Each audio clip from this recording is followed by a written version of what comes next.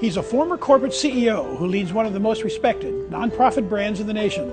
It's a $4 billion global network of community-based social enterprise organizations that help people earn jobs, support their families, and strengthen their communities.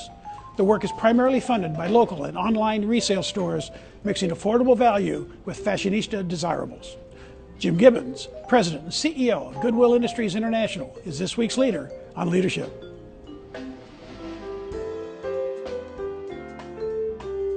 Knowing when to ask for help is critical when you're in a leadership position. It's getting the best out of people. That's the essence of leadership. Major funding for Leaders on Leadership is provided by Greenleaf Trust.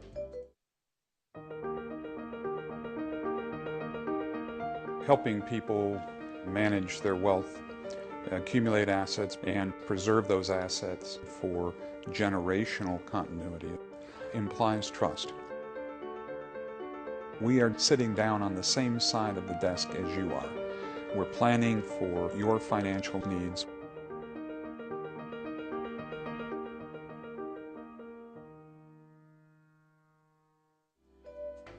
Additional funding provided by the Wayne State University School of Business Administration.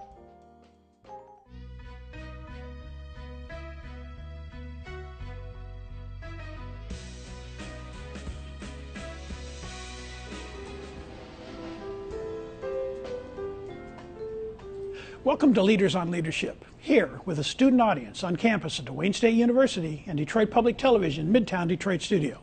I'm Larry Fobes. Jim Gibbons tells a story about coming home from junior high school with news he'd been dropped from the starting line of his football team. Thanks for being here, Jim. Yeah, thank you. So, can you tell us why you got dropped from the starting line of your football team and what was your reaction to it? I don't know why I got dropped, but I could tell you my reaction. Okay. It was actually fifth grade. I was the only starter on the fifth and sixth grade. I was the only fifth grade starter on this fifth and sixth grade team. And I was, midway through the season, I lost that starting position. And so I handled it. I quit and went home and told my dad and got probably one of my most important life lessons. And he said to me while we were sitting in the garage, he said, son, winners never quit and quitters never win. And to that day, that's kind of a mantra. It's really all about perseverance and stick-to-itiveness and tenacity. And I think that holds true for a lot of people and a lot of things. So your dad turned into a leadership lesson and not into a leadership lesson. Yeah, and probably one that maybe got its roots in the garage that evening, but probably didn't grow and flourish till later in my life. I think that's how it works. I saw a published assessment of your mature leadership style, and it said that you never quit, that you always evolve. Do you think that leaders, when they evolve, is it because of one or two defining moments like that in the garage with your dad, or is it because of the whole life experience that comes together? I think it's everything. My very first boss with AT&T right out of college, I went to him on a Friday afternoon, or maybe a Thursday afternoon for a Friday deliverable, and I said, hey, can I have the weekend? And he said, no. And so I met my deadline, but that same boss said, when you're green, you're growing, and when you're ripe, you're rotting. And I think it's about continual growth all of the time for everybody. So you did your first undergraduate degree was at Purdue in engineering, yes. Then off to AT&T. What kind of work did you do there? I started off with AT&T in an engineering department, and we were right in the midst of converting the AT&T long-distance network from analog to digital technology. So I led an engineering group for the western part of the country. So I had the Pacific Northwest and California. Now part of an opportunity that you had at AT&T was you went off to Harvard, do an MBA. Right? Now, Harvard's been there a long time, but you're the first person in a particular situation to get your MBA from there. How come it took Harvard so long? I don't know that it was a reflection of Harvard. I think it was really a reflection of society. People who are blind really were almost steered towards certain professions. If you were smart and technical, maybe as a computer programmer. If you were smart with words, as a lawyer. But very individual contributing kind of roles. Teachers, rehab professionals. And I just had an interest in business and leadership and management after coming out of Purdue and working with AT&T. And so I was at a stage in my life where I thought I should go get my MBA, and gave a shot, with Harvard, and I was fortunate to be the first blind person to go there. I know there's been several other blind folks that have attended the Harvard Graduate School of Business since I've been there. Now, then once you finished, you were back with AT&T, and you had a chance to be president and CEO of Community-Wide Access Solutions. Yes, it was Campus-Wide Access. Campus-Wide, I'm sorry. Yeah, which was a great company. I actually left business school, went to work in a mergers and acquisitions group, then rolled into a competitive market analysis job, and while I was closing budgets with the executive who was in charge of all of the college and university markets, she said, Gibby, she said, how would you like to go run this company? And I said, this is on a Friday, and I said, I think I would, not knowing anything about it, but that's what I went to business school for. And at AT&T, everything centered around this big network. So you didn't get a lot of shots to really be the full, general manager or president of a company at AT&T too often. And went home, spent the weekend thinking about it, talking to my wife, went back in on Monday, said yes, and moved to Phoenix, Arizona. And it was a great little company that did a lot of work with colleges and universities. It was a software developer and a systems integrator, and was a lot of fun. We've heard from a lot of other guests on the show. You were a young guy when you became president and CEO. I was, I think, 31 or 32. That's pretty young for CEO, right?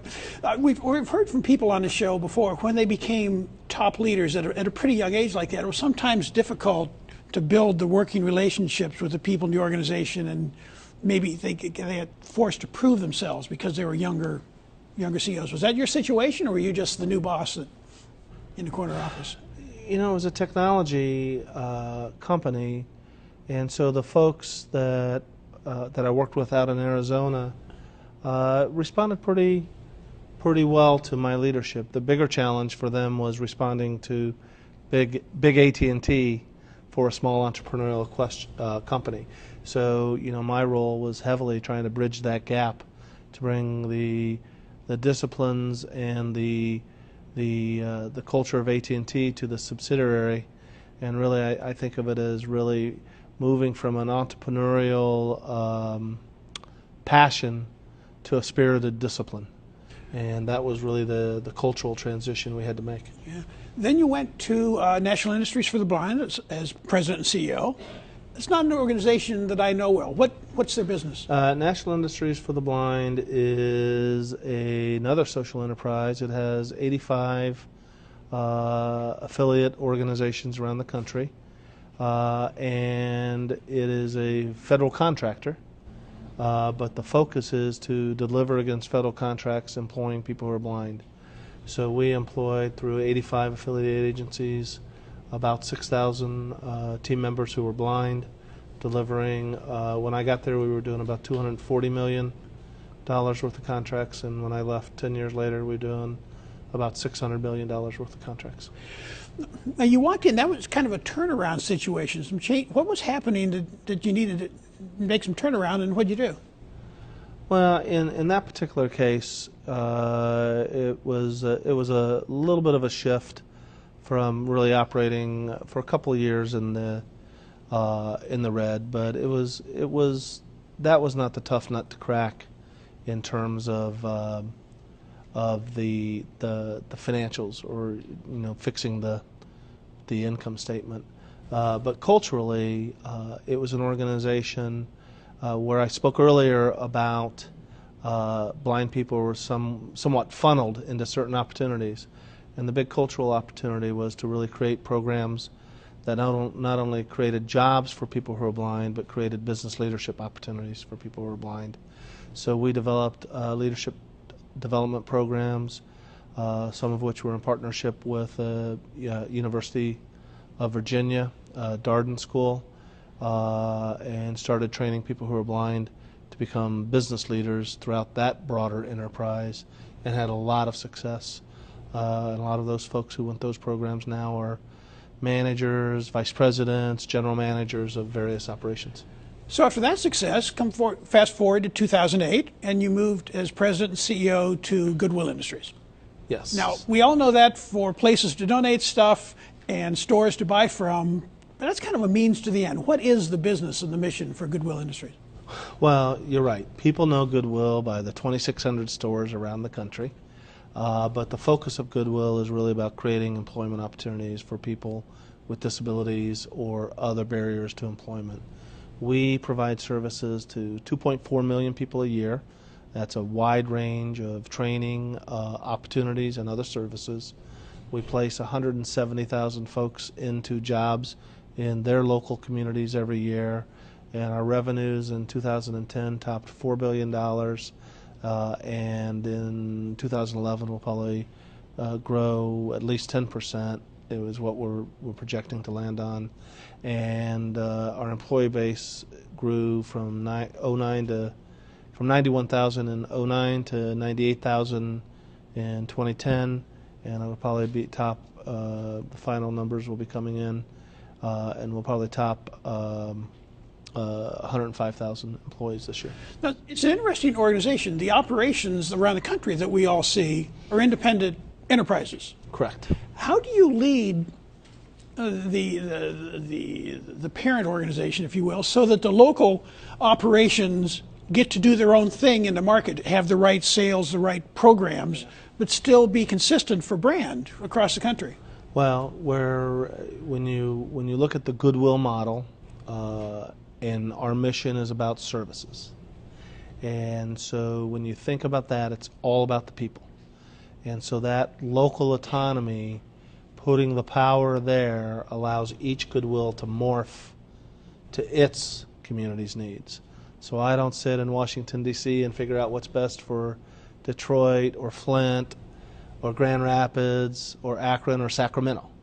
But that local organization who's got the feet on the street and really feeling and living the pulse of that community can move its resources and its initiatives to meet the needs of that community. So all of that said, because Goodwills have a common mission and we operate with really a set of membership standards that really allow for us to operate within strong guidelines, we've been able to take the Goodwill brand to be one of the most powerful brands in the country. Now, it's an interesting model. Something like 80% of the financial resources that you use to do the business, you earn from the stores. Some other not-for-profits kind of rely on the kindness of strangers to provide gifts and grants. What's the operational implications for those two business models? Well, if you take that $4 billion and you break it down, it's about 2/3 of it come from the stores, another third from contracts that I described with NIB, but we do those as well. And then another third comes from contracts with governments, municipalities, state, local, federal, or other types of grants. So a very small percent of the top line for Goodwill comes from what you'd characterize as simple fundraising. What the implications of that are is long-term sustainability for the Goodwill social enterprise. It ensures our ability to continue to meet the needs of each local community that we're a part of. And it does start with that donation. If you think about when you do your spring cleaning and you drop off those 3 bags, that translates into direct training and programming for your community. And it gets converted into dollars, which gets converted into both employment and programs.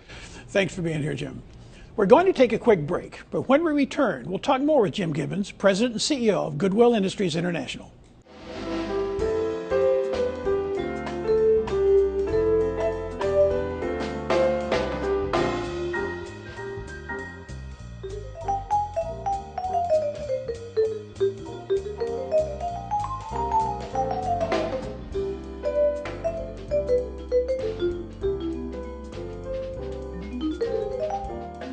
Welcome back to Leaders on Leadership. Joining us today is Jim Gibbons, President and CEO of Goodwill Industries International.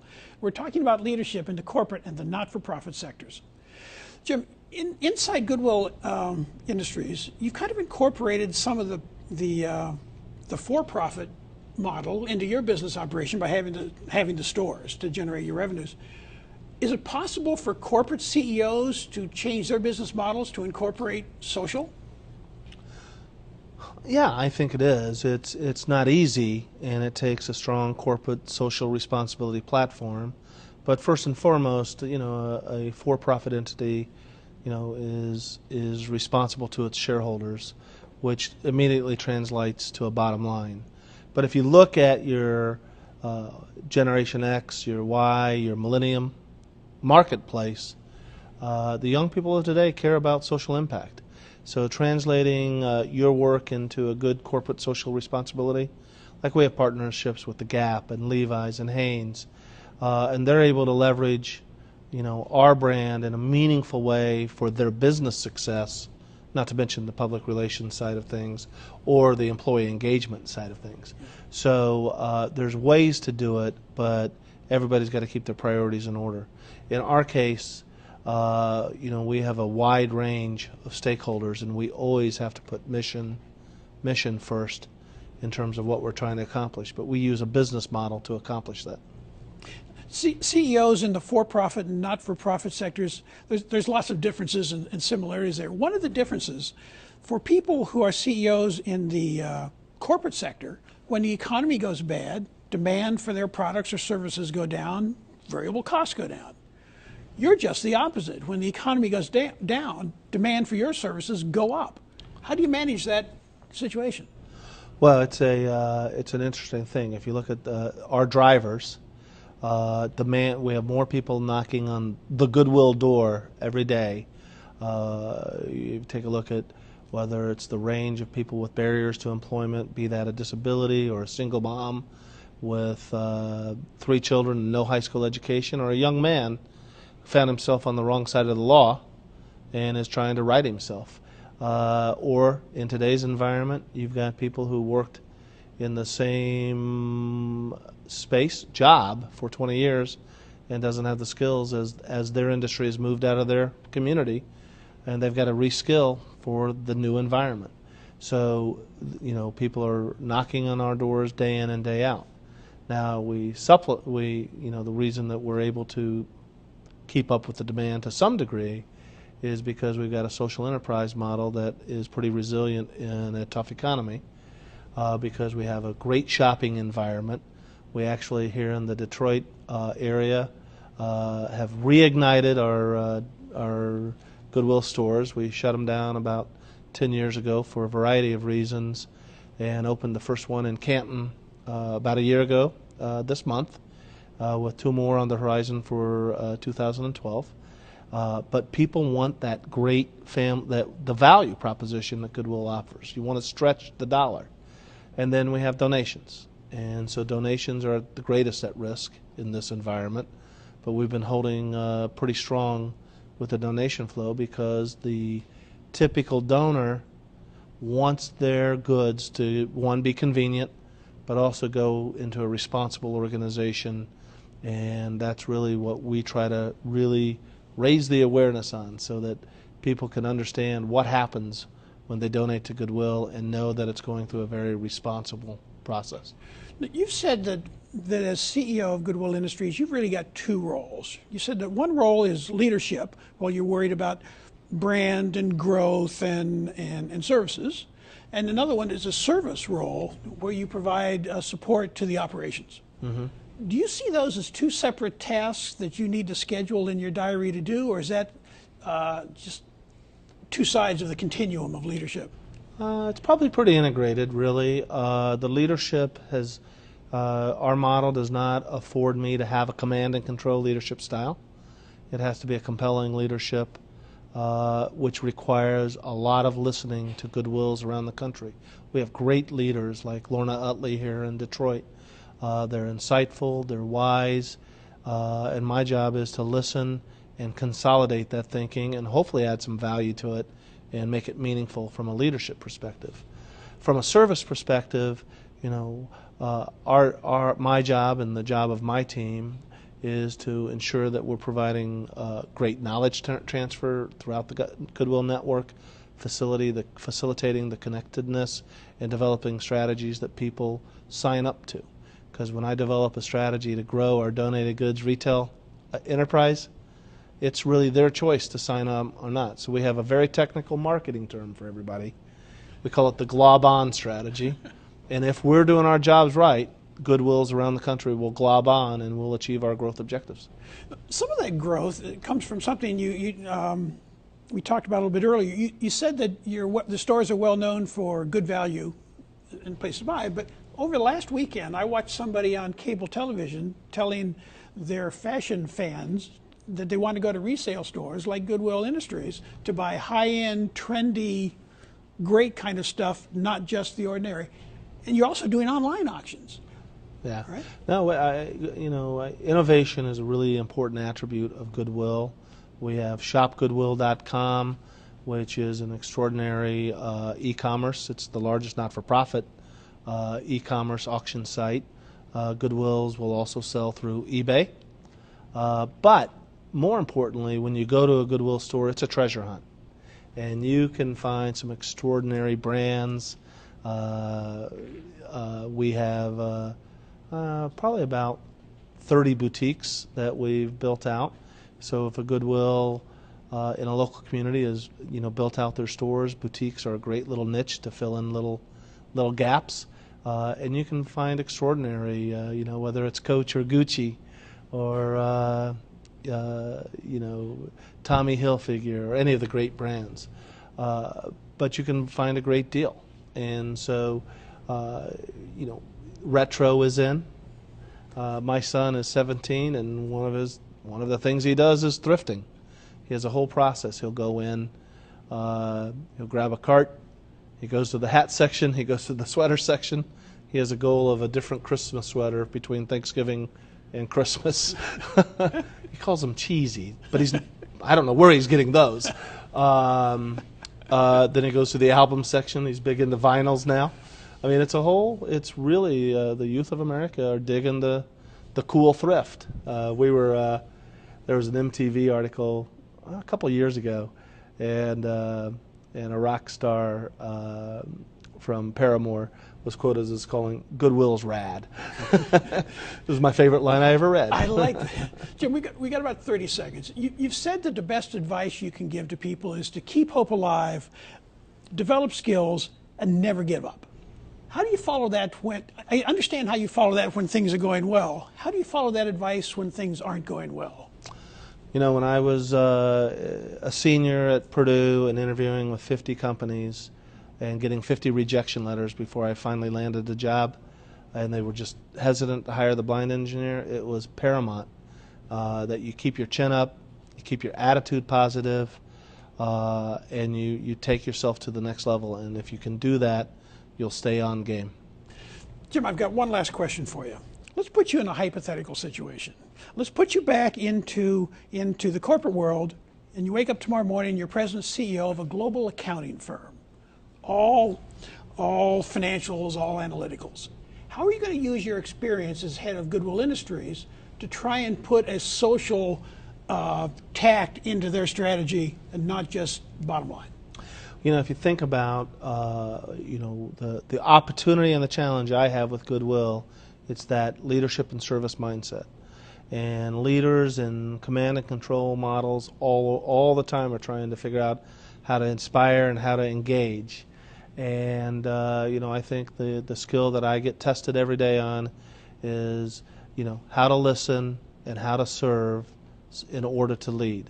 So I think that the skill set that I'm hopefully sharpening is that ability to listen. And I think if you can listen to a large accounting firm, you'll hear even the accountants want to figure out ways to make their job more meaningful, to make their lives more fulfilled, and to seek out that intrinsic value. And then through listening, you'll figure out ways to make your enterprise powerful for the people you work with and the communities you're a part of. Great, Jim. Thanks for being here. Thank you. Please join us again next time for another edition of Leaders on Leadership. See you then.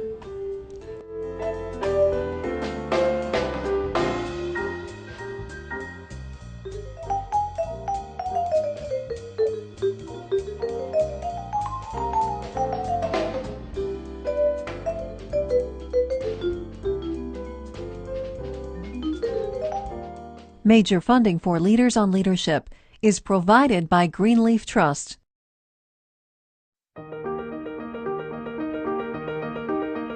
Helping people manage their wealth, accumulate assets, and preserve those assets for generational continuity implies trust. We are sitting down on the same side of the desk as you are. We're planning for your financial needs.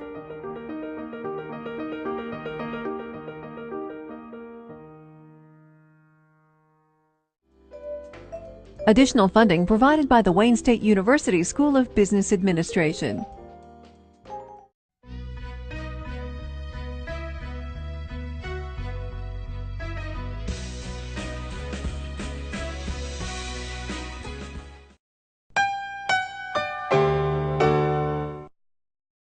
An encore presentation of Leaders on Leadership is available online for viewing at dptv.org.